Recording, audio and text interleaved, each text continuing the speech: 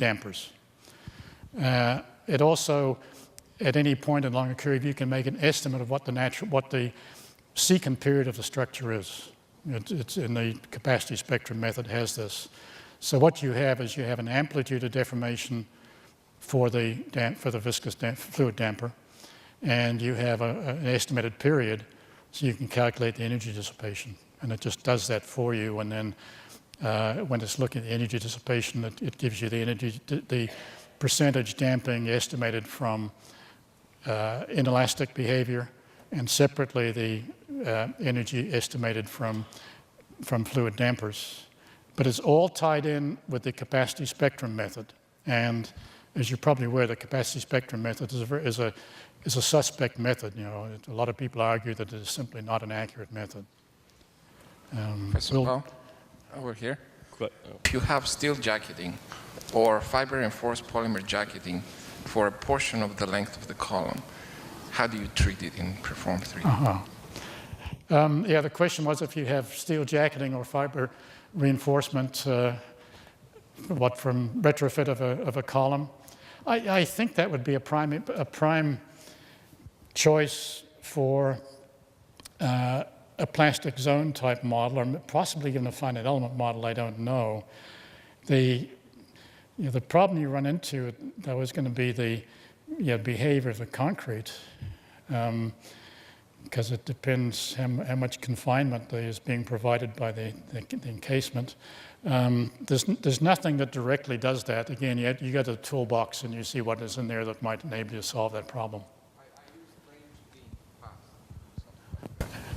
We've used drain 2D in the past to do something like that, and I don't know if the same input variables like changing the stress strain curve of the confined concrete can be imported into. Yeah, so you say you've done it with drain in the past?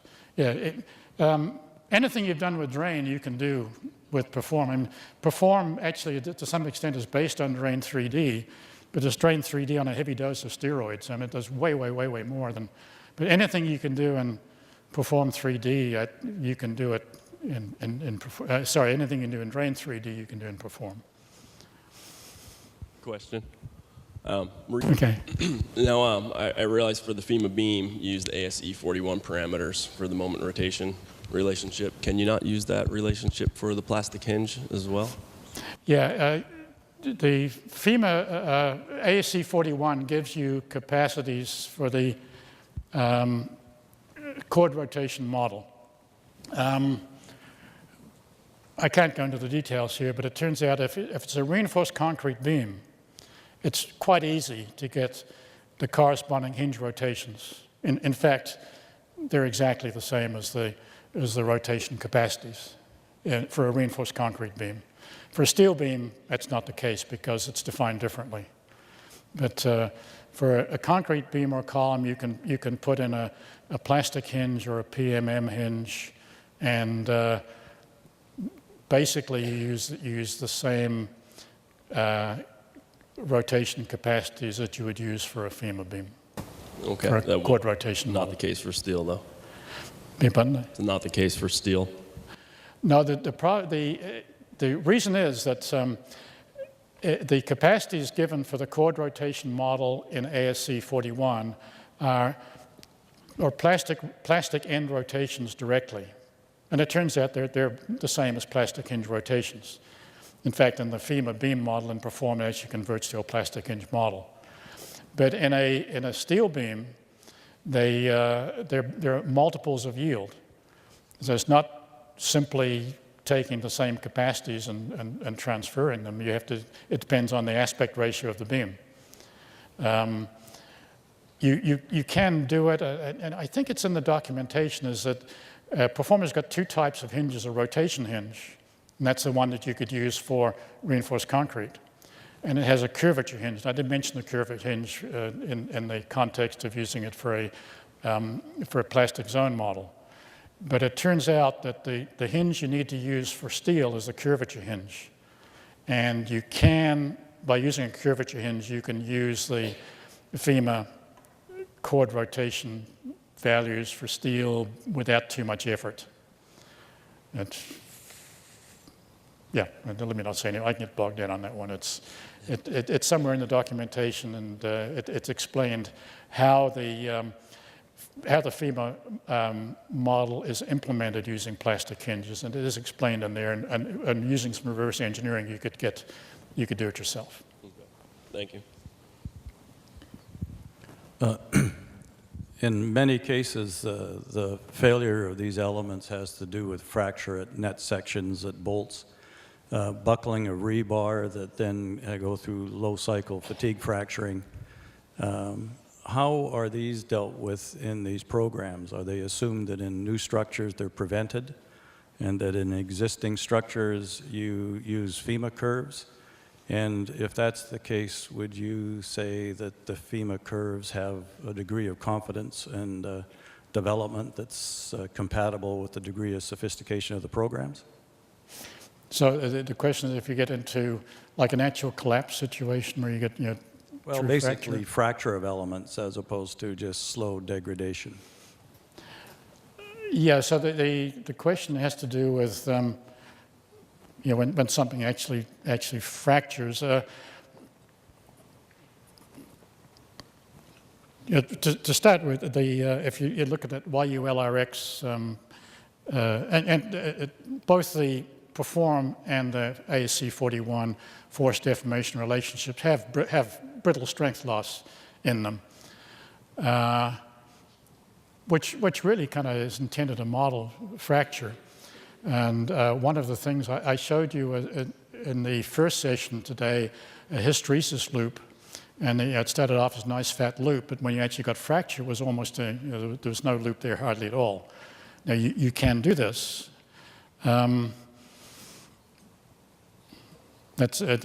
Yes, you can model it. Now the question is, what does it mean?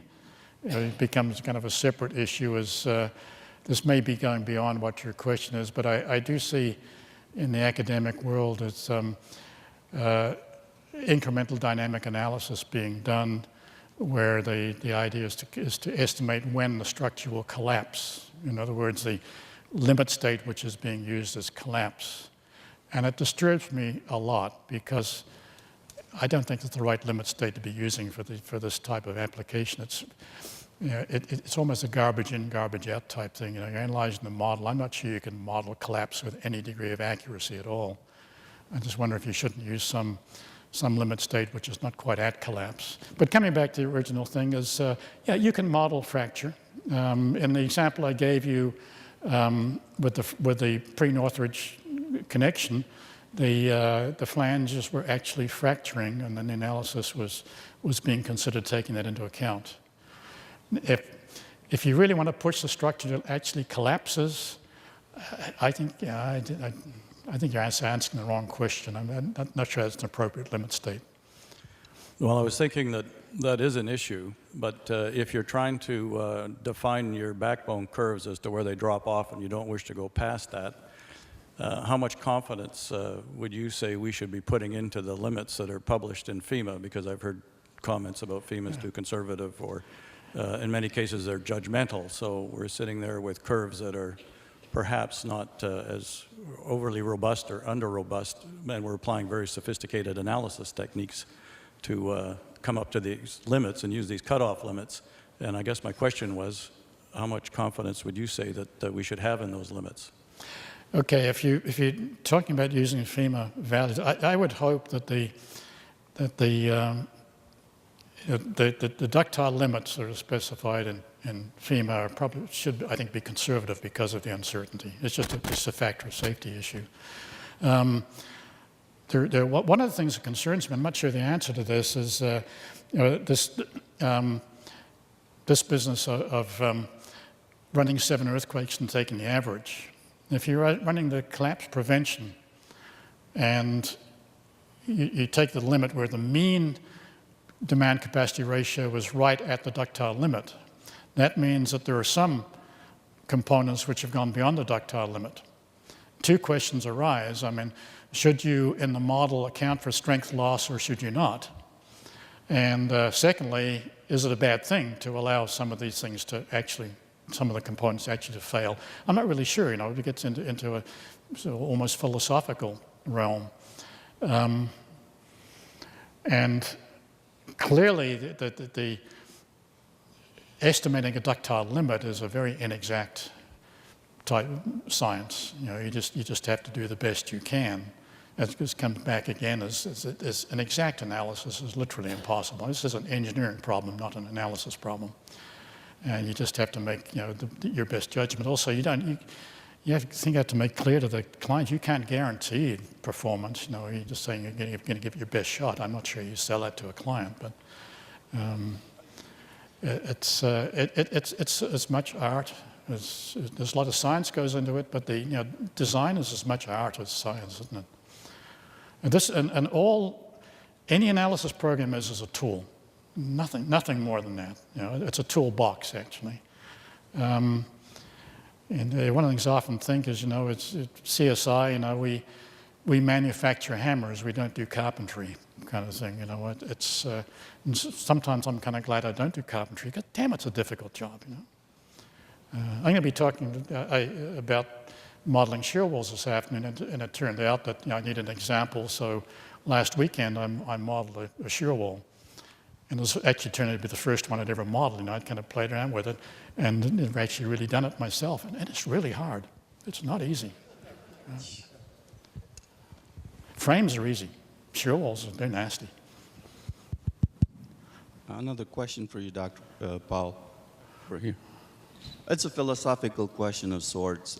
What's your take on doing gravity load only, lateral load only? Like it's very common in the industry, like you say, this is just a designated gravity load system, only lateral load system, as opposed to a combined model that takes both into account.